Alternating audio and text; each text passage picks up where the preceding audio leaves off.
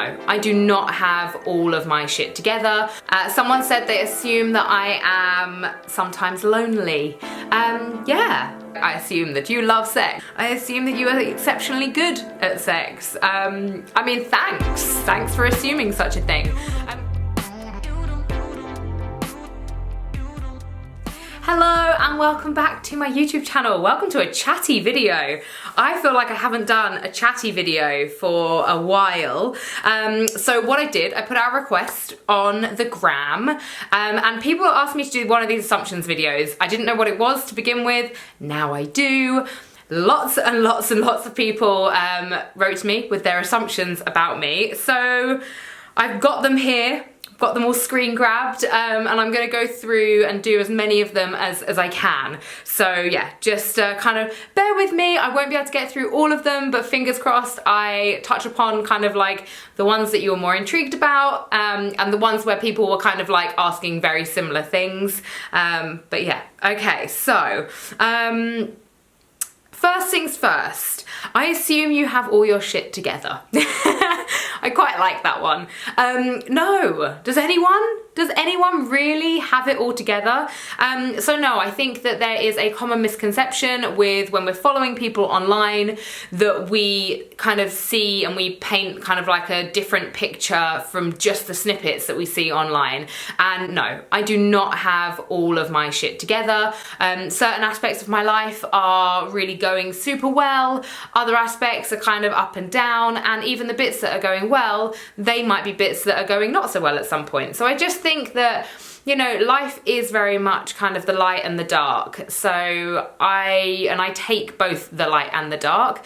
So yeah, I mean, I love what I do and I love where I'm at in my life, but that doesn't necessarily mean that I have it all together all the time. So I would say no.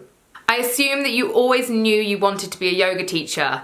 Nope, I didn't. I actually didn't know that I wanted to be a yoga teacher until after my teacher training. So I went in to do my teacher training, knowing that obviously there was a possibility that I would want to teach. I had been asked by a few brands because I was blogging before I was teaching if I wanted to teach events for them, and I sort of said, look, until I've done my teacher training I don't really know what I want to do or where I want to take this. It was very much the way for me to develop my own personal practice.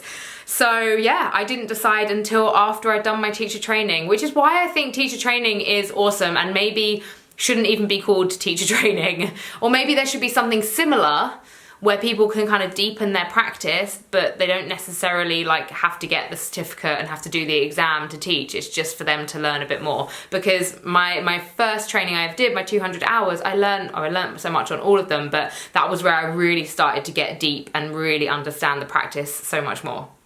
Someone said they assume that I am sometimes lonely. Yeah. I think I don't know, I think that everybody at times in their life feels a little bit of loneliness. In all honesty, I don't feel that alone at this stage in my life. I actually have very, very close groups of friends. So I have a really close family who I love. I'm actually at my parents' place right now. And I have a close group of friends from school, guys and girls. And then I have a really good, really close group of girlfriends as well, kind of who I hung out with alongside school friends. And then just amazing people that I've met along the way. So I'm actually very fortunate to feel like I have support. And I guess loneliness isn't always about people around you. You can be lonely and own a big group of people, but the difference is I have people around me who I can be really open with and be really, really vulnerable with. So that is the beauty. So at this stage in my life, I don't feel lonely, but I definitely have felt lonely. Yeah, and there's nothing wrong with that. So this was an interesting one. So it says, I assume you're really into the physical side of yoga, but not much the mental side. That one actually kind of, in all honesty, like triggered me a bit because I was like, what? But I'm so into the mental side of yoga. I'd like to think that a lot of people that maybe do my yoga flows or like read my captions on Instagram will know how much into the mental side of yoga, the spiritual side of yoga I am. And even though I like to think that I talk about it in a way that is slightly more relevant to day-to-day life, rather than going kind of more like much deeper into a spiritual side of things that people can't necessarily relate to. But for me, yoga is amazing. The asana practice on the mat is great and I love it. However, the more important part of yoga is the yoga that is my life, the part of yoga that I live off my mat. So the way I conduct myself, the way that I work with yamas and niyamas in my life. If you don't know what they are ways in which that they're part of the 8 limbs of yoga, and they basically make up the way that we ourselves are in our consciousness, in our space, and the way we conduct ourselves with other people. I wouldn't say they're like 10 commandments, but they are guidelines, I guess, for the way in which you should, or the way in which you would like to live your life.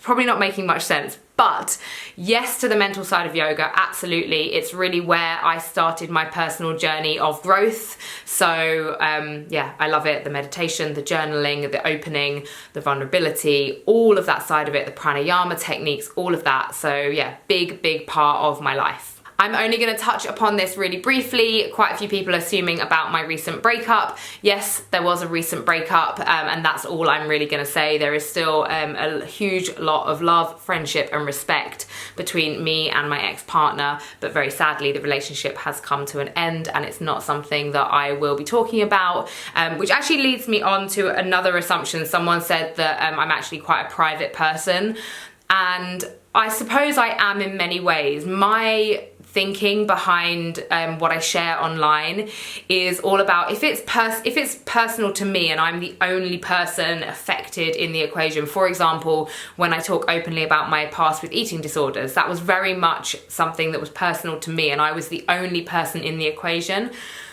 But when it comes to something where there are other parties involved, so if it were to do with my family, my friends, boyfriends, things like that, when there is somebody else and somebody else's feelings to take on board, it's not something that I feel that I want to share on social media because there is somebody else involved. So so I suppose in many ways I'm private about that side of things. And I think it's so important. You know, I love what I do. I love the blog. I love being able to motivate and inspire and share everything, or a lot of what I do, but it's important to me to have a life away from it. It's important for me to like have those real connections, those real relationships in my life. So yes, there are always going to be parts of my life that I don't share, but then I'll film videos like this where you guys can get to know me a little bit better. So kind of, meet somewhere in the middle.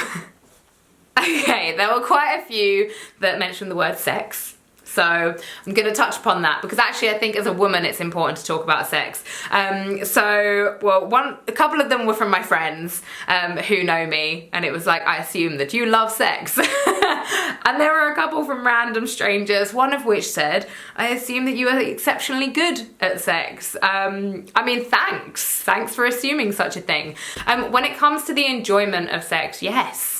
I am not afraid or ashamed to admit that, and I think as women growing up, I know that when I was at school, slut shaming was a huge thing. Like as a woman, you weren't allowed to want to have sex with numerous people or anything like that. It was frowned upon and you would get called names and all of those sorts of things. So I think it's very empowering as a woman to say, yes, I'm in my sexuality and I want to explore that, and I want to explore it with a partner or partners, or I want to explore it within myself. And so I think that it's so important to talk openly about it with your friends, with your partners, and just kind of really I guess go a little bit more in depth and explore what it is that you enjoy. Don't stay in something that you're not enjoying. Talk and be open, however awkward it might feel at times.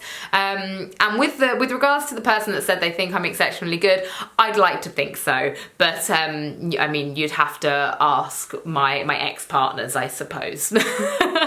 So somebody else assumed that I'm always active and motivated and that I don't have days where like I just can't get out of bed. I wouldn't say I'm always active and motivated, but I'd say a lot of the time I am. And I don't have days where Actually, this week I was poorly. I had a cold and I did have a lie-in and I didn't get out of bed and I had like a really sluggish day. But other than being ill, even when I have sort of days where I don't feel great, the mornings for me are really important. So a morning routine, even as somebody that doesn't kind of have a base and doesn't have kind of like all of my stuff around me right now, it's still important to have some kind of routine, even if that's a mental routine. So at the moment I work with a gratitude practice. So in the mornings I wake up and I just sit for a few moments with the things in my life that I'm grateful for. And so that in itself puts me in a bit of a positive headspace for the day. So no, I don't have days where I can't get out of bed just because I'm a real get up and go person. I kind of wind down a lot quicker in the evenings. And yeah, I suppose I am pretty much motivated most of the time. A few people assuming on where I want to live in the world. A lot of people assuming that I'm going to be parking myself full-time in London. That the answer to that is I don't even know. At the moment I am between staying with family, staying with friends, running retreats, traveling. So this year is going to be very much like that, and then I will, I guess, find a base next year, but probably won't be London. I'll always be in and out of London because I love teaching workshops and things like that in London. I have lots of my friends in London, my family are just outside of London, so I will always be drawn back to it, but it's not somewhere that I will live full time. I will probably be drawn to the ocean and to the sunshine. Quite a few as well around my body type, so assuming that I've always been athletic, I've always been skinny, I've always been slim.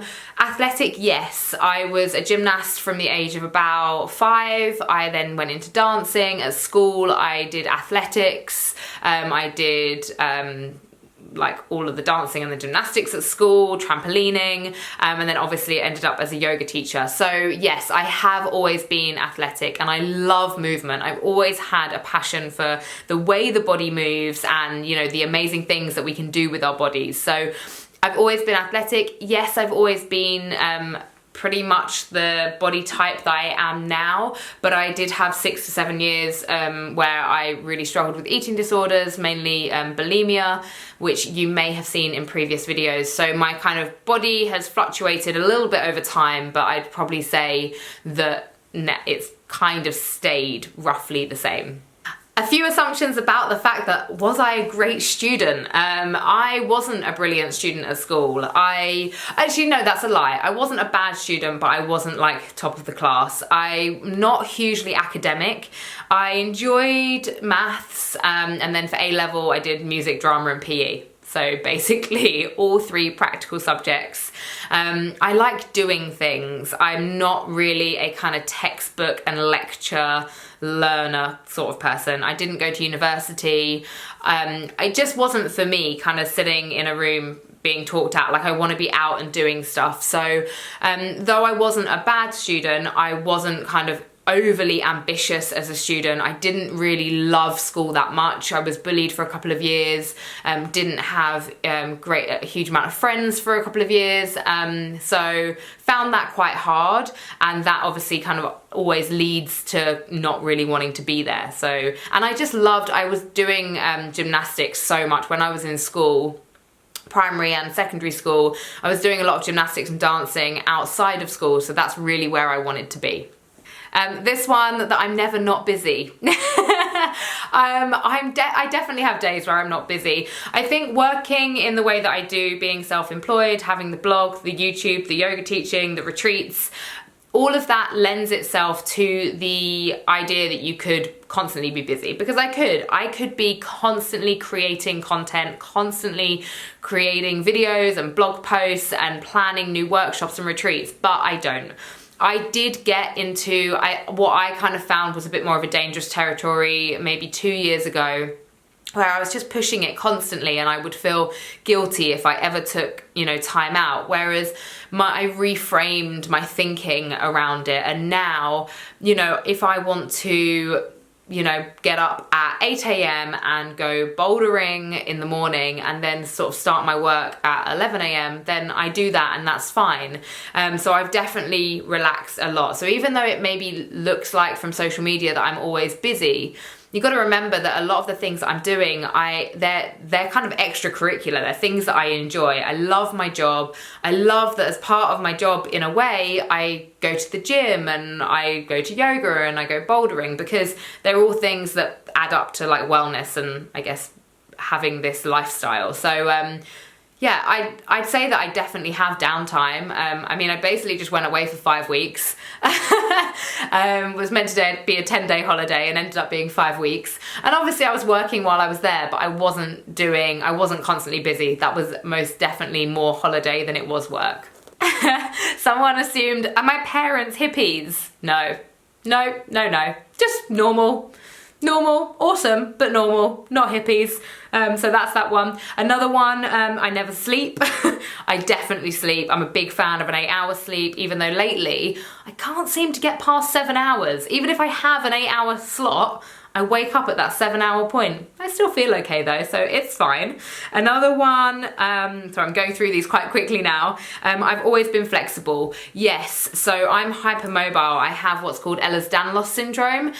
So I'm hypermobile in a lot of my joints. I have very lax ligaments. For example, my ball and socket joint of my hip, the socket is more of kind of like a plate shape, which allows me to have a greater range of movement. And then obviously that, on top of the fact that I was training as a gymnast and a dancer from a really young age, meant that I have very supple muscles as well. So yes, I have pretty much always been flexible, but it's taken constant training and dedication to knowing my body to kind of keep it and to make sure I don't get injured, because being hypermobile does see a lot of people getting injured, and I've snapped my ACL, I've had knee reconstruction, I've had numerous injuries. So yeah, it's always been very important to me to stay on top of my mobility.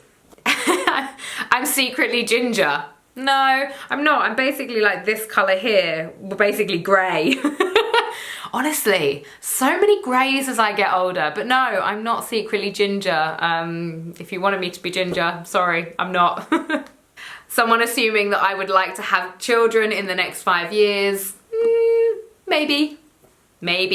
I know that I'm not ready for children right now. That's all I know. So in the next 5 years, a lot can change in the next 5 years. So I'm just gonna put it out there and say maybe.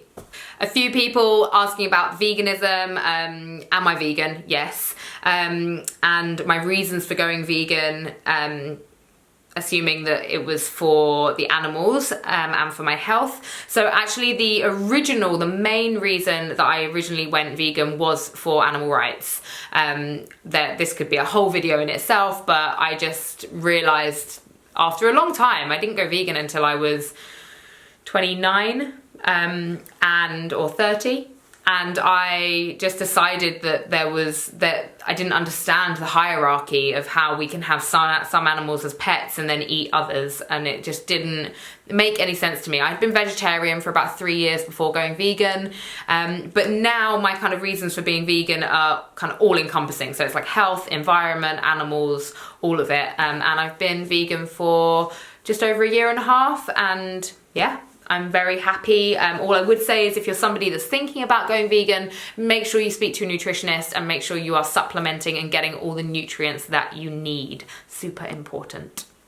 So a lot of the assumptions were just really, really nice compliments. Ones I don't really feel like I can necessarily, you know, say yes or no to, because I think that they are opinions.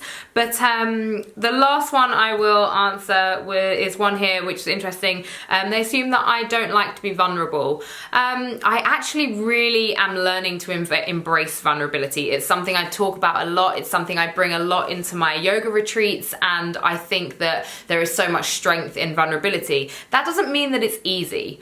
I really used to, when I spoke to my mum actually not that long ago, and we spoke about like my childhood and what I was like, whenever I would get upset, whenever I'd cry, I would go to my room and I'd close the door and I wouldn't ever let anybody see me cry, and then I'd come back out and everything would be fine again. And I think I've always been like that, had this real shame around crying, whereas now You know, I will cry if I need to. If I need to release, I will cry, and I won't be ashamed of it. You know, there's always going to be a little part of you that, or at least at the moment, that thinks, oh gosh, you know, what are those people thinking? They're looking at me and I'm crying. What are they judging me? But actually, sometimes I'm not crying because I'm sad. Sometimes I'm not even crying because I'm happy. I just need to release, and it's in the way, it's in the form of tears, and I think that it's beautiful. And I'm somebody that wears my heart on my sleeve. So if I'm sad or if I'm angry or anything like that, then you kind of know about it. If you're with me in my space, then you'll know about it, because I will always kind of want to say how I feel. So I think being vulnerable is really important, and I love it, but that doesn't mean that I find it easy. So yeah, they are the assumptions. Thank you so much for watching. I hope that you got through all of this. It's a little bit of a longer video than I'd planned, but there were so many, and I'm sorry if I didn't get so far as reading your one, but I'm really grateful, and maybe I'll do another one of these later on down the line. But I love these chatty videos, so I will be doing more for you. So thank you for watching. Make sure you subscribe, and I will see you again very soon. Bye.